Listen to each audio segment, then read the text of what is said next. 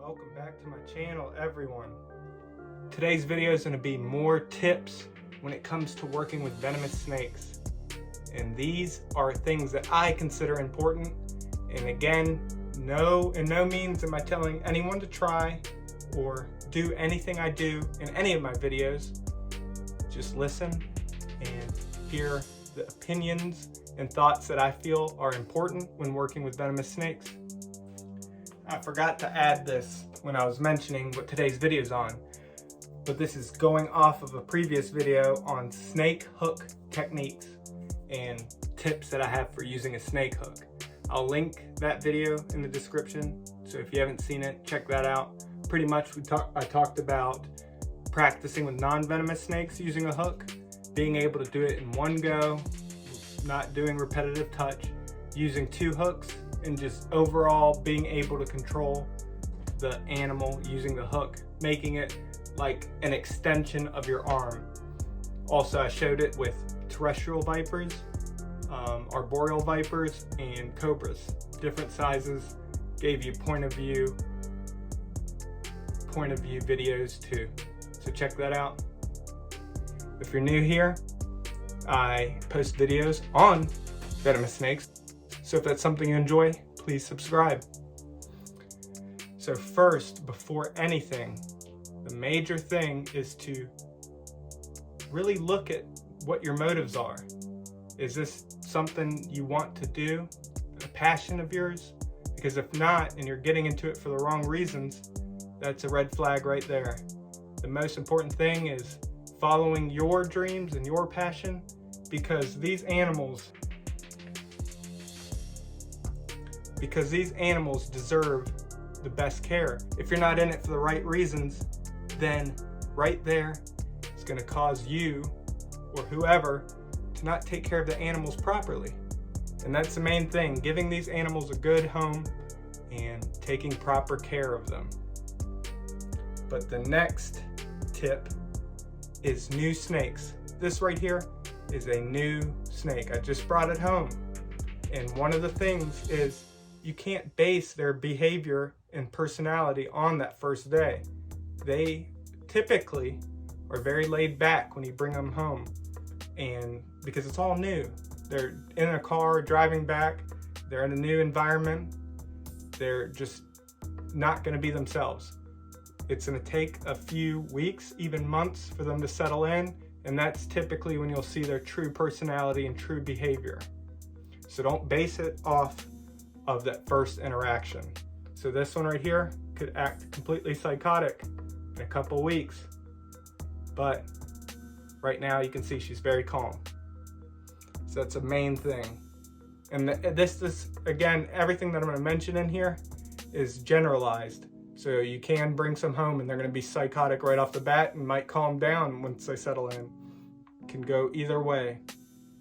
But generally, they're very laid back when you first bring them home, in my experience, and then they settle in and show their true behavior.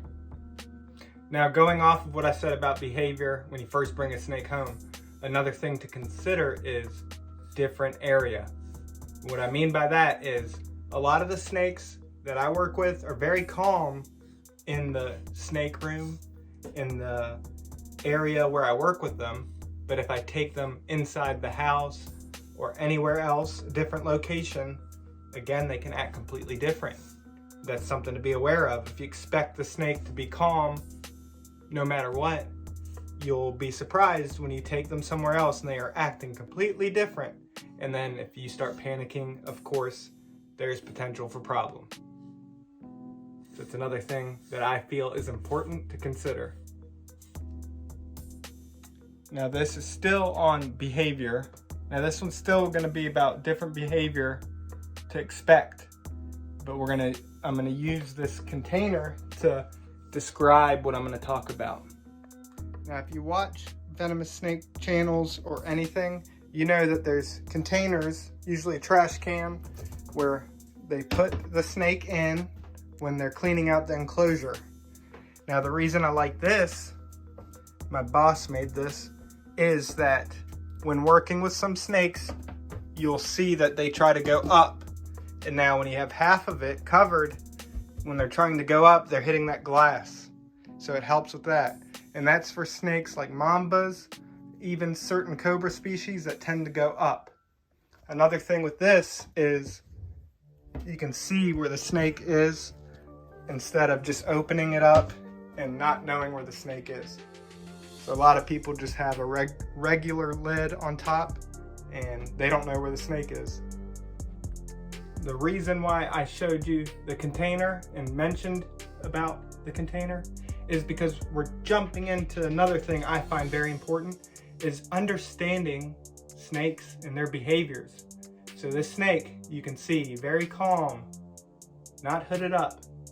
It doesn't matter what type of snake, you could have the sweetest snake on earth, and when you're taking them out after cleaning and you open that container and look down on it, you're gonna see defensive behavior. Maybe not every time, but it will elicit a defensive response. And why is that? It's because, first of all, you're looking down from above, something predators do when they're attacking the snake or preying upon the snake. So those are something that I find very important when working. So I expect I'm ready for a defensive reaction when I open the container. And yeah, those are just things to be aware of.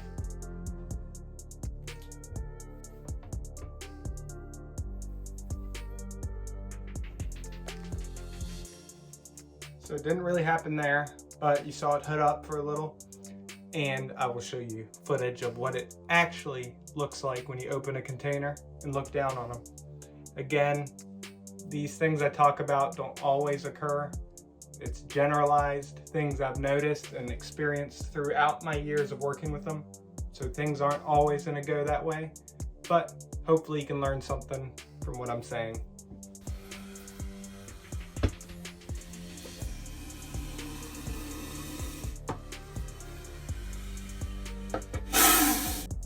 Another very important thing is not opening enclosures with your hands. Clearly, because certain times of the day, you'll get the feeding response and they'll be ready for food. And that's a big way accidents happen, which we'll move on to routine. Setting up a routine can be crucial and very important depending on how your schedule works. So at my job, we clean out the enclosures in the morning and then do the feeding in the evening. And you'll see completely different snake. In the morning, they sit there, they're used to it. In the evening, you open that door and they're striking for food. They're ready for food. So completely different behavior based on setting up routine, different times of day. Some other tips I find very important and probably would have been better suited for the hook video is hook, how you're holding the hook. You see how I have it level with the ground? That way the snake can do whatever. But especially, let's say the enclosure is all the way up here. Keeping my hand level with the ground, very important, because bites have occurred from people holding it very high like this, and the snake slides down and its head hits, and that sometimes initiates a bite. Not that the snake was trying to, but especially cobras, they're like king snakes. Sometimes they get their mouth onto something and they just bite just to see what it is, I guess. But yeah, being aware of how the hook is held as to avoid problems such as holding it high up and the snake sliding down and tagging you. Now, some other things, just because I may forget, I want to just go ahead and say them now, is mind state. What I mean by that is look at what you're feeling. If you're having a bad day that day, or if you've been doing any drugs or alcohol, do not or try not to handle during those times. I say try not to because I have handled and worked with the snakes when I was in a bad state of mind, and that's when I make the most mistakes. Luckily, snakes will let you get away with a lot. Nothing happened, thankfully, but they could have, and handling during those moments where you're not in the right state of mind, very important. Just be honest with yourself, how you're feeling. Give it a day, give it a few days. That's most important, is being in the right state of mind. Another thing is weather. When it's snowing out and I know that it's going to be hard for me to get to the hospital if I need to get, if something ever happened, God forbid, I don't do anything during the snow days. So when there's snow on the ground and the streets haven't been plowed, things such as that, I do not work with the snakes during that. So weather conditions come into play. Very important tip. Now, a lot of what I've mentioned during this video is behavior related. So, of course, I gotta bring out my most defensive snake, the black Pakistan cobra. And I've talked about this in many videos, talking about personalities, differing personalities. Just like people, animals are the same way. Some have those personalities where they're more defensive, like when talking about snakes, this guy's defensive. Now, when we talk about defensive snakes and their personalities, a lot of times I've noticed people cause a snake to be ruined by teasing, by being rough with them. But again, sometimes that's just how they are. This snake, I've had it for enough time that if it was due to the previous person being very rough with him, it would have changed by now, in my experience with working with many other snakes. But this is just who he is. That's something to be aware of.